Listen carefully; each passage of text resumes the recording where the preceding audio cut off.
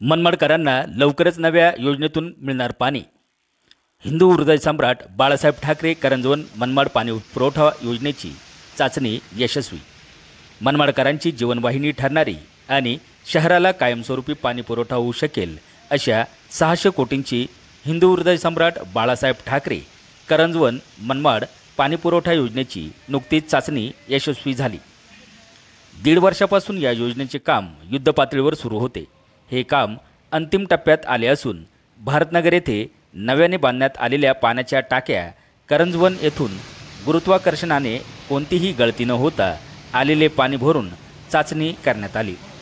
ती चाचणी यशस्वी झाली, त्यामुळे लवकरच मनमाडकरांना करंजवन मनमाड पाणीपुरवठा योजनेतून नियमित पाणीपुरवठा होणार आहे।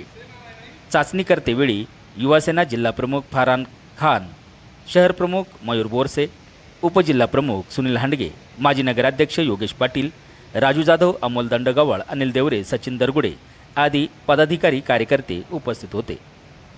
आवाज एन न्यूज मराठी, मनमाड।